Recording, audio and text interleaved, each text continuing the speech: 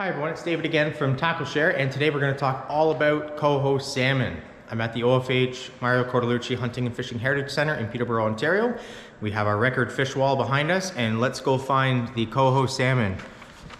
So the green background is the warm water section of the wall, and we're going to pass the pillar and start to get in the cold water species.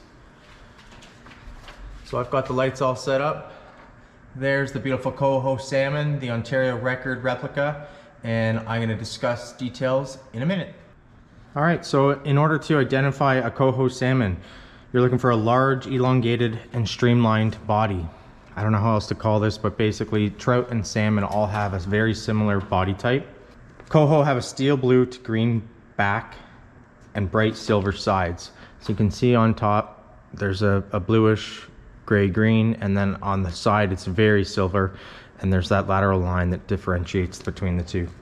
During spawning, male heads and back can get quite darker with bright red sides, a hooked snout, and large teeth. So this is a male, it has a hooked snout.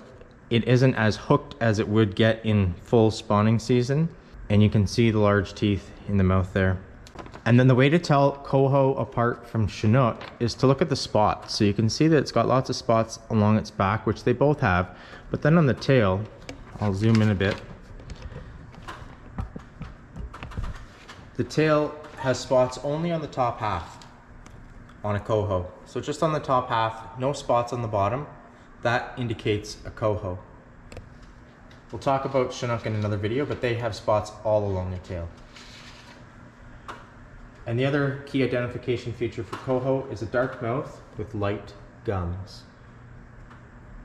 So it's hard to tell on this replica, but if I zoom in, you can see that they've actually put light gums around the mouth. So they actually have done a really good job of representing a key ID feature for coho. Coho are found in Great Lakes, all 5. They've been introduced from the Pacific Ocean in the 1870s. Most of their life is spent in deep open water, and they only return to rivers to spawn. So if you're fishing during the spawning season, they're going to be in the river mouths, but the rest of the year they're going to be in the deep open water, so you will need a boat to catch coho. Spawning patterns include most fish mature between ages 3 and 4 and return to spawn in the fall. The female lays the eggs in the riffle areas and covers fertilized eggs with gravel. Coho salmon die shortly after spawning.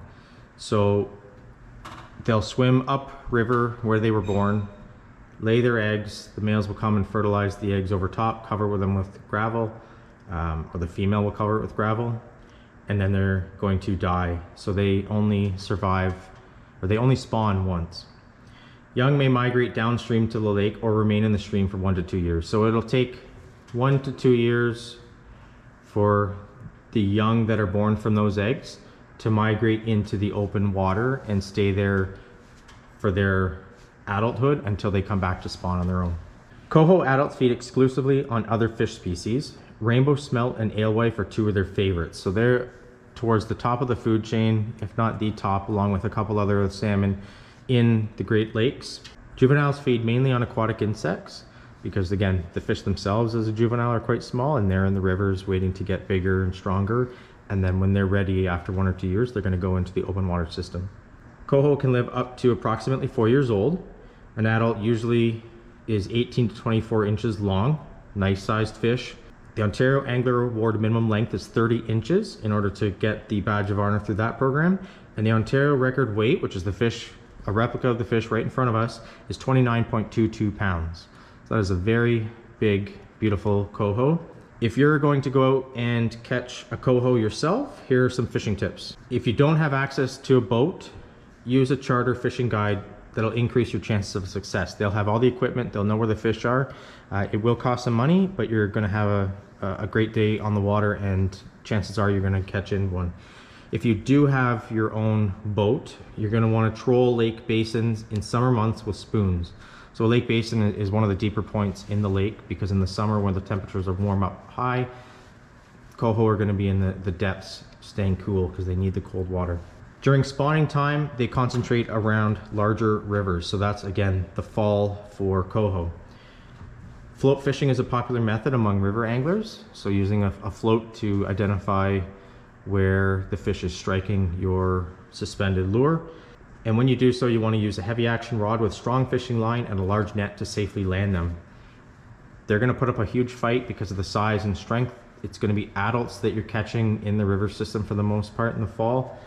So you're going to want to use a heavy action rod so that it doesn't break, with strong fishing line so those teeth that I pointed out aren't going to snap off your line, and a large net to safely land them so that you can get the hook out safely, admire the fish for a split second before letting it go on its journey.